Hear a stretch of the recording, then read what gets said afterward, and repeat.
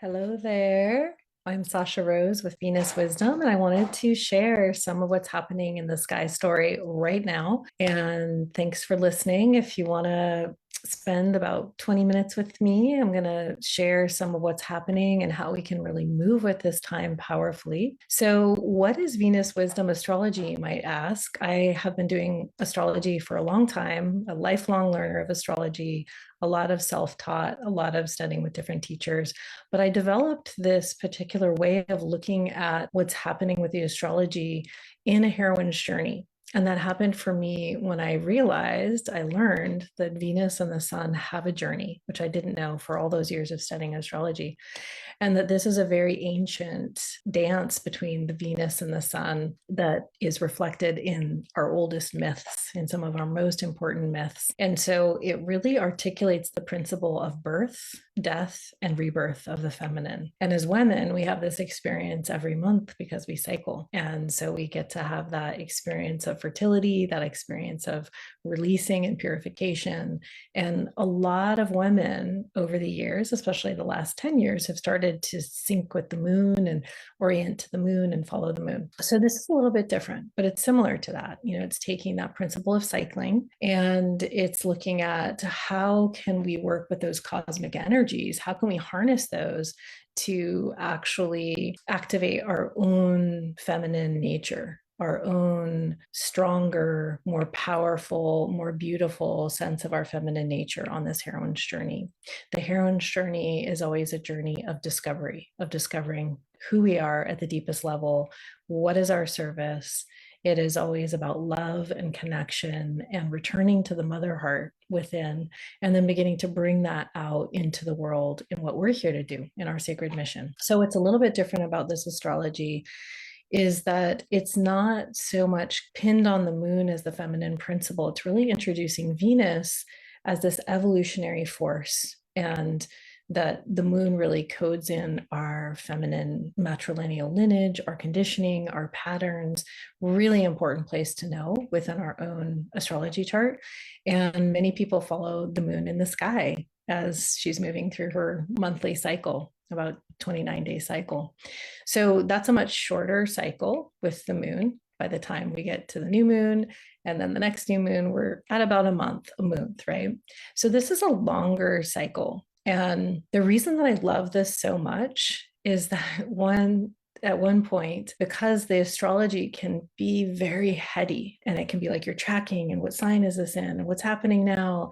And I felt it actually could be quite disembodying for me personally. I spent a lot of years syncing with the moon and following the moon cycles and planting those new moon seeds and doing all of that.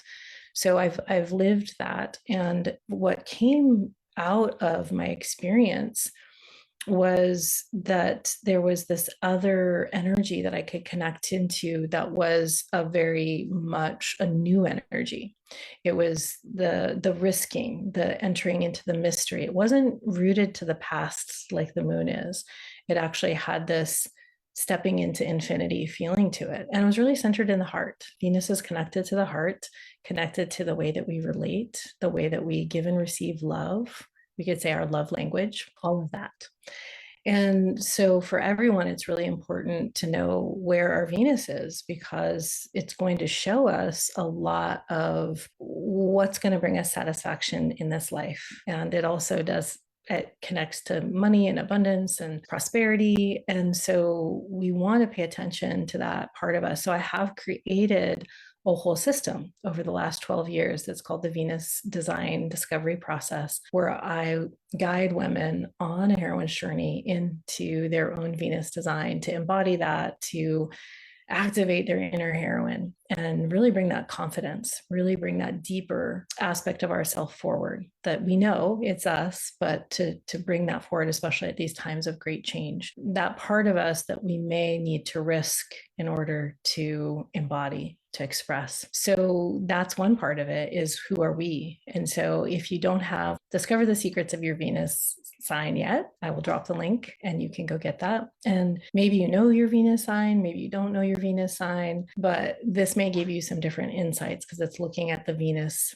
signs as their own heroine's journey. And so when we start to think about things not as just static and set, but as a flow, as something that is moving, then we're getting more into the feminine energy, and they spiral. So these cycles, these 19-month cycles, they spiral and they will repeat. And so whatever sign Venus and the sun come together at the beginning of the cycle, it's really setting the story of the heroine's journey. It's saying, okay, this is what the quest is about this time.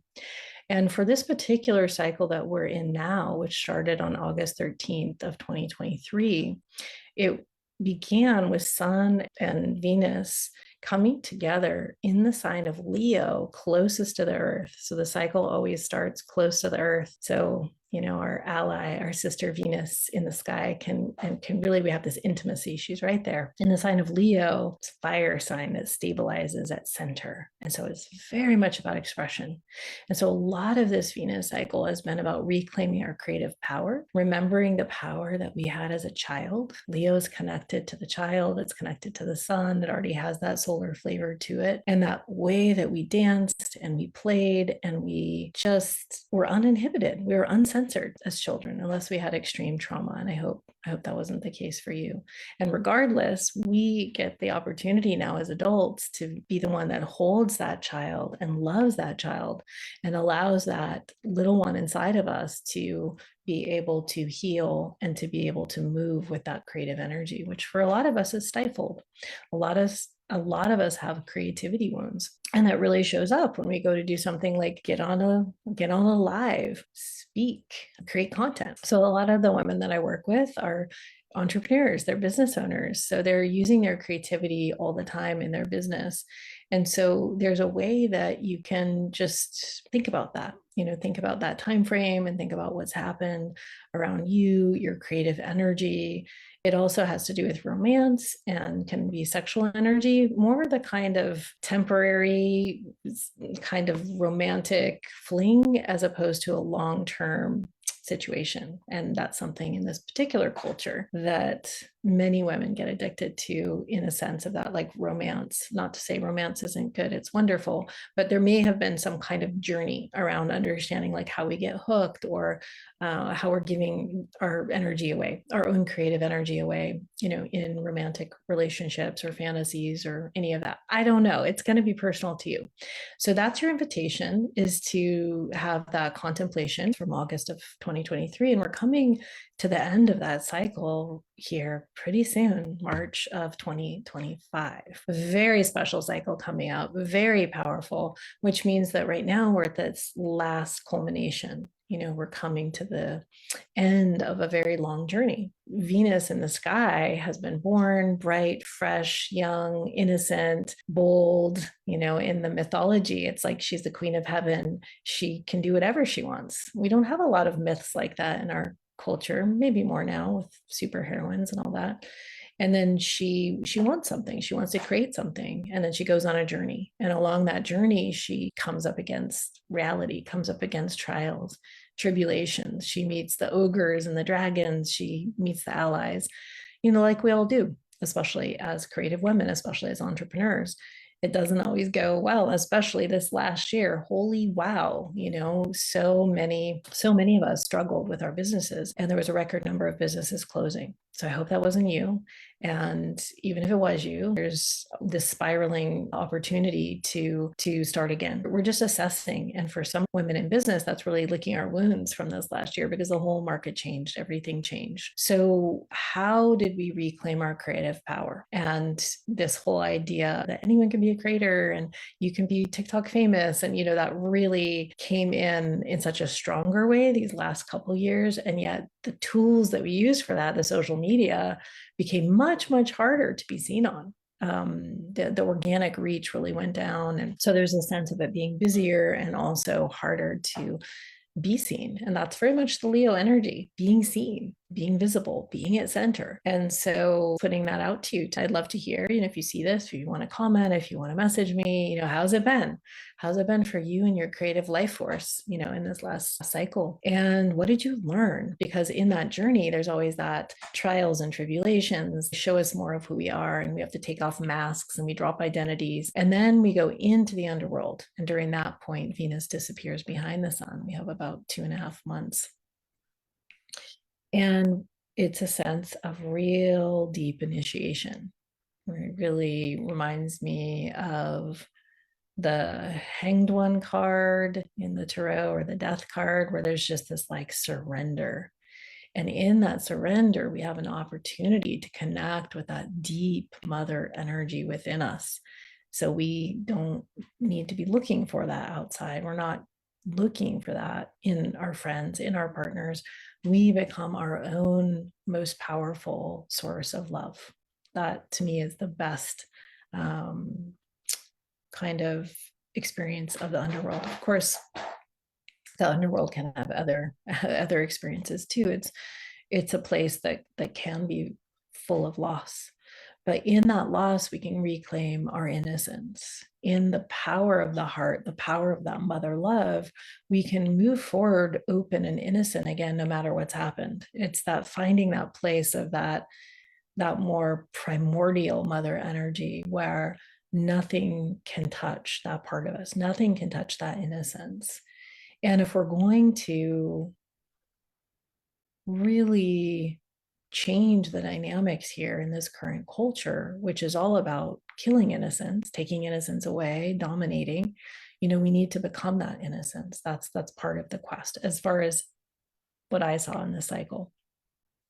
And then coming out of the underworld, which happened in around July in this cycle, there was that sense of bringing that wisdom, bringing that new wisdom into the collective, into our life, into our relationships. So we're showing up more mature. We're showing up more authentically who we are. We're less afraid. And then that's coming to a culmination. And we're at the point now where she's about to reach her brightest in about a month, where she will be sitting on her throne in the evening sky. So if you look to the west after sunset, you can see her there. You've probably been noticing an incredibly large, beautiful planet. It's like she's dripping light there. And that's Venus. And it's going to get better and better and better. And she's going to have a peak on February 17th. And then she'll start to get smaller and fade. And then she's going to, after that, start to come into the very end of her cycle, where she recedes from that brightness. She dissolves back into the cosmos. She goes retrograde. She gets ready for a new cycle. So we have some really important dates coming up, and I wanted to share those. And I just wanted to share this main theme right now that's very important, especially if you are a woman on a quest for your deepest power, your deepest beauty, not your external beauty, your deepest beauty, and to be really centered in what your mission is at this time. We can really connect with those cosmic energies to support us. It's so profound. And that to me is the best use of the astrology and the astronomy, is to be able to make some meaning for ourselves.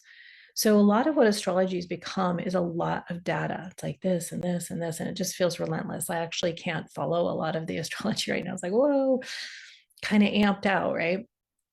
So you may be hearing things like, oh, there's an alignment. It's amazing. There's an alignment. And there'll be all this hype. And then, okay, have you gone out and looked at the sky? It doesn't look like any of those pictures. They're showing all these planets perfectly in alignment. There's Mars and Jupiter and Neptune and Saturn and Venus. Well, it doesn't look like that. So one of the things I would invite you to do is to go out and become familiar with your sky, because it is incredible right now. The sky is really incredible. I'm not going to talk about all of it. I'm going to focus on Venus, because in this heroine's journey, my theory, and tell me what you think, is that if we're going to create a regenerative culture, we need to put the feminine principle at center. And I would go even further and say we need to put the mother principle at center in all of us. And that principle of care, that principle of connection and collaboration and inclusion, we need to put that at center. And so that's what Venus Wisdom Astrology is. And that it's an active invitation to go on a heroine's journey to claim that more for ourselves, and then to be able to bring that to the world. So I am going to focus on something really important happening with Venus right now. But I just want to make mention, if you go out and familiarize yourself with the sky, which, this is a good time to do it at any of the equinoxes or the solstices, you're going to be at an extreme point of where the sun is, and you're going to get to see the line of the planets, which follows the track of the sun across the day, the ecliptic. If you don't know that much yet, it's just really fun to go out there. It's fun to bring your children and start to see, like, how do the planets rise? How do they set? What's going on out there? So you will see in the east is Mars burning very brightly.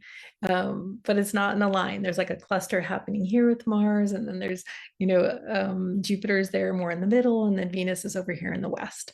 So you're not going to get that line. And I would say that's not the most important thing. And sometimes those like pop astrology, oh my gosh, they can be really distracting because there's so much meaning. Nobody's talking about Venus is ending a cycle, and she is the principle, the key, the golden key to have the age of Aquarius that most of us want, which is about humanity rising into our power instead of going into some nightmare of dystopia where there's more control through tech and we become cyborgs. No thanks. If we're going to create this kind of new paradigm culture, we need the feminine principle. Well, that's what Venus represents.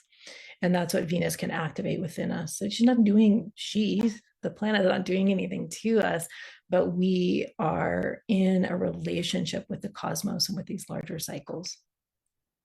So it's very important that she's ending her cycle. It's very important that she's coming to her brightest within 19 months. That's a big deal. There's a lot that's gone on in 19 months.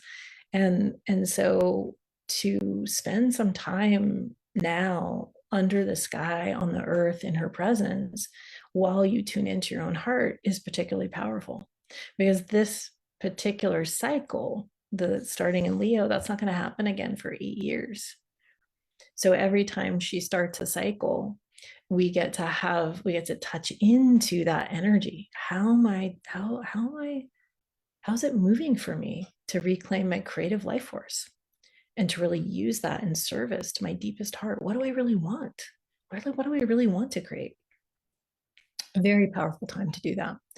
So when you notice her in the West, which I hope, you go out and do that and take advantage of this next month to really take some breaths, slow down, sit down, get a blanket. Oftentimes we're very fleeting about looking at the sky, and I invite you into some intentionality around that. You'll notice there's a little tiny, tiny, little sparkly planet right next to her, and that is Saturn. And so that's very interesting, because if you know the difference between Venus and Saturn, I think Venus can get pretty dismissed as far as just being about romance and roses and fluffy stuff, which often, makes sense. The feminine is dismissed in this culture and not acknowledged for the incredible power it has to bring forth life. And then Saturn is considered the heavy. Saturn for the ancients, that was the last planet. That was the buck stops here. That was the boundary. That was the limit. That was Caroline Casey calls it the reality police. Like, can't do that. This is how it works in this reality. And it does have that energy a bit of police. It has that energy of authority. And it is also correlated with fear. And so we tend to have a fear of authority because we have been conditioned to feel powerless in this culture. And we're driving and we see that police officer and we're like, oh no, oh shoot, I don't, that light's out on my car. It's that kind of like fear of authority in all kinds of ways. And so Saturn's the heavy of the planets. Was considered, for the traditional astrology, some of the qualities that we think of as Pluto now, because there wasn't a Pluto that they were referring to. So it really had that like heavy hitter kind of energy, the taskmaster. And of course, if you've gone down, Saturn has some correlations that are scary, super scary. Not saying they all are, but there's some shadow there that definitely correlates with some of the dark stuff that's happening on the planet right now, for sure. So that Saturnian energy is connected to lead. So Saturn rules lead. So lead is heavy. It weighs us down, but it also protects us. It has that sense of like a lead vest that's going to stop the bullet. So there's really different ways that we can work with that energy of authority. It can weigh us down, it can make us afraid, it can make us feel oppressed, or it can protect us. And so I think that's a really good metaphor to think about Saturn and how we want to work with that energy. So Saturn and Venus tonight were just right next to each other, the little sparkle of Saturn and that big dripping jewel of Venus. And so from Earth's perspective, which is more powerful, we've given Saturn all of this power, and yet it's so clear in the sky story that Venus is holding all the beauty and the magnitude and the brilliance and the inspiration. And so Venus is correlated with copper, the metal of copper. And copper is very bendy, it's very flexible.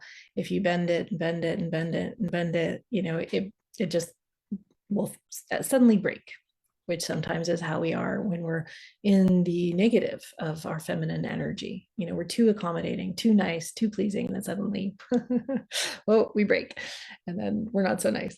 So copper has an interesting correlation there about that feminine nature of accommodation and self-sacrifice, which is not healthy. So each has their own pros and cons, we could say. Venus is connected to copper, and there's this really interesting way that copper is about regeneration and Venus is about regeneration, generation, about fertility. She's the goddess of love, about making love. And so copper is being used in a lot of gardens right now. If you've gotten into electroculture, homesteading, sustainability movement, where people are growing more of their own food, they're wrapping a copper wire around a pole and their plants are going crazy, which is pretty interesting. Just having the copper there in the garden is enlivening the plants and giving a lot more growth. I find this really interesting because I just started wearing this light therapy, and what it does is it reflects our own light back into the body and it increases copper peptides. And that actually can awaken our dormant stem cells, which then regenerates everything in our body. And the testimonials are just nothing less than miraculous. And I'm like, isn't that interesting? There's copper again. There's Venus again. So there's this regenerative principle with Venus, and there's this protective, oppressive principle with Saturn, and they're coming together. So we have a choice. We have a choice of how are we going to connect with that authority? Are we going to connect with that authority of Saturn as a protection of our feminine nature, as a way that we honor our feminine, that we listen to our heart, that we take our deeper heart's guidance seriously? Saturn can be very serious. Or is it feeling like a damping down of our feminine expression? So kind of the worst case scenario of this, how this could play out, like the story would be that this beautiful woman is all ready, she's decked out, she's gone on her best clothes, she's done her hair, she's done her nails, and she's feeling really at her most beautiful. And then Saturn's that like principle of like, oh, are you sure you're gonna wear that? That critical, that like, oh, maybe you're not good enough, that kind of weird energy. And so that's when we give our power away, when we give that over to someone else and they're judging us and maybe we're not measuring up. That's the negative interplay there between Saturn and Venus. And Venus right now, coming to the end of her cycle, she's very powerful. So we can choose not to do that. We can choose to really claim our authority and own our authority and be in the flow of the feminine, even when it doesn't make sense to our minds. It's a very flowy time. The sign that they're coming together in is Pisces. And there's a lot going on in Pisces right now. And so Pisces is the final sign of the zodiac. So we're at the end of a Venus cycle and we're at the end of the zodiac.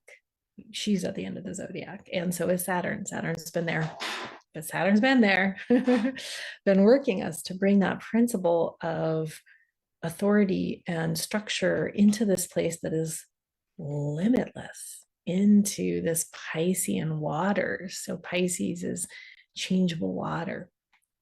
It's like the mists, the mists of Avalon. It's like the mists that you can see them, but it really puts this, kind of obscures things, and it can go into fantasy, and can be quite beautiful, can go into dreaming time. So Saturn's been in this place where he's trying to make sense and bring structure. And also there's been a lot of revealing of corruption of the spiritual world and the spiritual gurus, and them being up to no good. And I think some of that has to do with Saturn being in the sign of Pisces, which is about spirituality. And so they're coming together in Pisces, and Venus is considered exalted in Pisces. It's a very good combination, because for the feminine principle to be in that energy of that changeable water, the last sign of the zodiac comes into this ultimate compassion, which the Buddhists would say the bodhisattva, is this compassionate being who will do anything to help all human beings, to help serve. And so we have to be careful there, because there's that self-sacrifice again. We don't necessarily want to do that as human beings, because we can actually really, damage ourselves and not take care of ourselves. But there is that kind of energy of forgiveness and compassion and understanding. And so that's available right now. And also there's a sense of, what are the limits of that? There's something in Buddhism they call idiot compassion, where you're compassionate in a situation that doesn't warrant it. And, you're trying to pet the snake that's poisonous and you get bit. So there's something there about the Saturn that sobers in that dream of the Piscean. Oh, it feels so good, and let's all just love each other, and let's overlook the corruption. No, Saturn's not going to overlook the corruption. Personally, I'm really grateful for that. There's a lot of corruption that's been revealed, and we need to keep processing that. We need to keep integrating that. We need to keep returning to understanding the pattern that we're being shown around the corruption on this planet, and to not to whitewash that and bypass that. So how are we going to claim our heart authority, our spiritual authority, as we move into the end of this cycle? We move into a culmination. It's like we're coming to the place where Venus is going to be on her seat as queen of heaven and earth. She starts out as queen of heaven in the mythology, but then she ends up as queen of heaven and earth, because she's been to the underworld and she's suffered in the matter, in the limitation, in the losses that happen in this realm. This is not an easy realm. It has beauty, and it also has a lot of pain. And so there's that sense of resting in that power after going through a powerful transformation. She's coming up into that. So let me know what you think about that. Let me know if you have any questions. Let me know how that lands. I'd love to hear. I did also want to drop in there, that we are going to have, I was speaking of the moon earlier, we are going to have Venus and the moon come together. They do this once a month, and it's a really great moment to bring together our history, our emotions, our stories that still have a lot of reaction and they're still loaded, with this principle of evolutionary feminine, with this principle of being so present in the heart, in the body, that we're having a different experience. We're not allowing our history to drive us and to control us in the same way. So they will be coming together on February 1st, which is kind of interesting, because that's one of the cross-quarter holidays.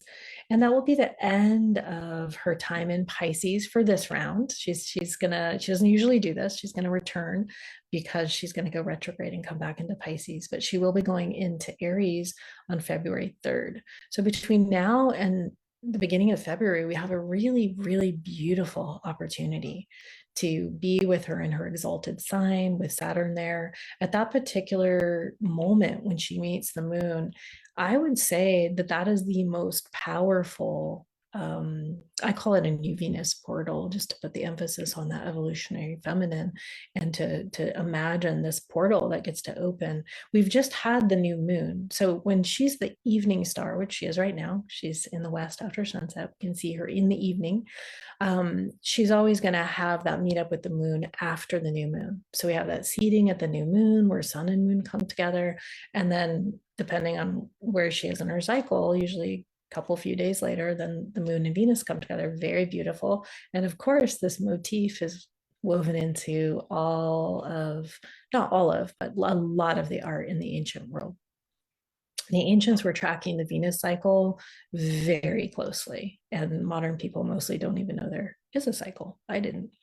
So that portal that's coming up on February 1st is going to be very important because Venus and the moon are going to actually be conjoined with something called the North Node, which just shifted into Pisces, which is about our collective evolution.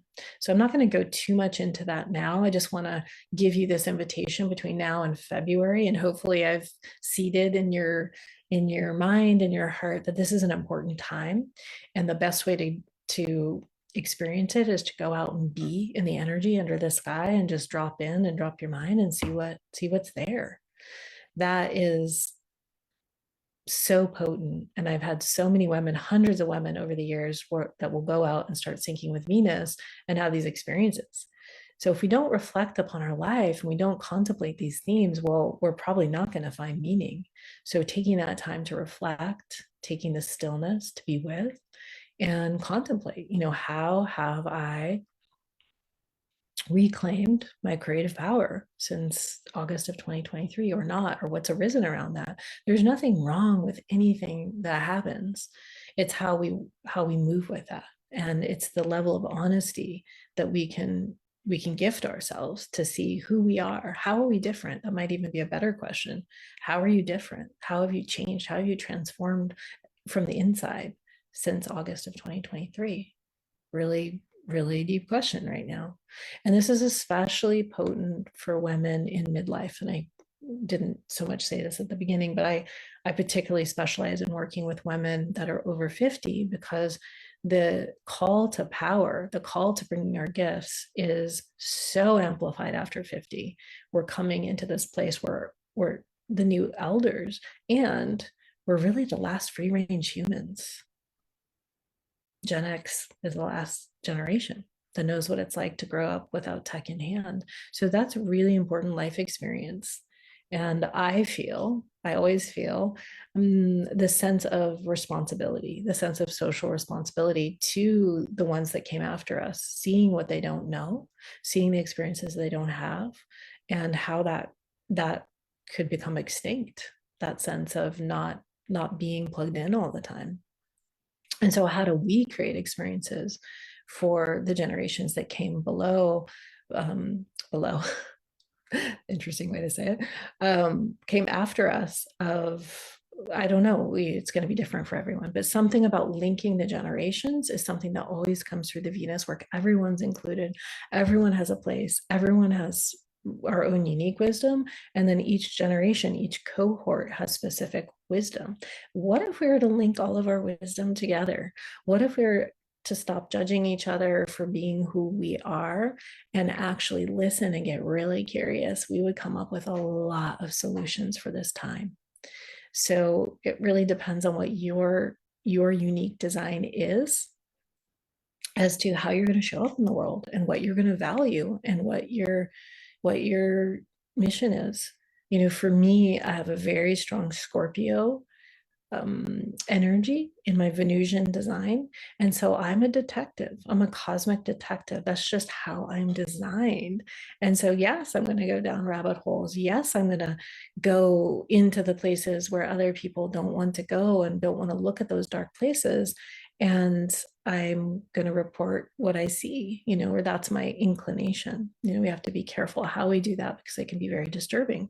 And if people don't have that kind of same energy to hold space in those deep underworld places, they can get really freaked out and they can try to shut down that Scorpio energy and make that the scapegoat and make that wrong, start to call names. There's a certain name that gets used a lot for people that have this design. It starts with a C. It's 2 words. So conspiracy theorist, I'm not the other C. So, obviously that can have its own shadow too, but just my point is that this is a time when we're all being called to look at the underworld, to feel deeper, to discern, to look at the corruption and decide what we're going to do. Because anything that we agree to now, we're agreeing to carry that forward into a whole new age, which, according to one very brilliant Indian astrologer, scholar, the Kali Yuga ends in March 2025, baby. So it's right when the new Venus cycle starts. So let's not deny the darkness and the depth of corruption, and let's not forget about the children. If we're going to really center in the mother heart, we must be all working together to protect the children and save the children who are being abused. That's number one priority for a golden age. We can't even talk about all the cool, groovy stuff, in my view, until we are on that task. And we have these incredible, brave survivors that are coming out. They're showing us, they're telling us. And so that's part of my medicine at the Scorpio clan, the clan of the Phoenix rising. I'm not afraid. I can presence that. And what I'm going to do with that is I'm going to then use that as fuel to look for solutions. So how do we create a world where that doesn't happen? You're going to have your own inclinations and your own gifts. But when we drop into that mother heart energy, we're all safe and we're all included and we're all going to move together, and then we're unstoppable. They don't know it's coming. We're unstoppable. Okay, I think that's it for now. And if you want more reports, please chime in. Please give your comments. Oh yes, and the animals, absolutely, the innocence. I mean, that would be a better way to say that, perhaps. Yes, obviously the human children, they need to be priority, but yeah, the animals, the innocence. We need to become the innocence again in order to protect that innocence. But now we have innocence and wisdom together. So when we join together in that, we're really going to be moving into this ability, this power. Talk about creative power. Let's link. Let's do that. Let's reclaim our creative power together. Let's make some noise. Let's start to create those solutions and those new paradigm projects and businesses and all of it. So great to be with you. I'm back. I've been away from doing lives for a while, and I love, love, love your feedback. So please do share, and look forward to hearing from you, and blessings on your journey here. And I hope you get out under the sky and on the earth and receive some of your deep heart wisdom. Thank you.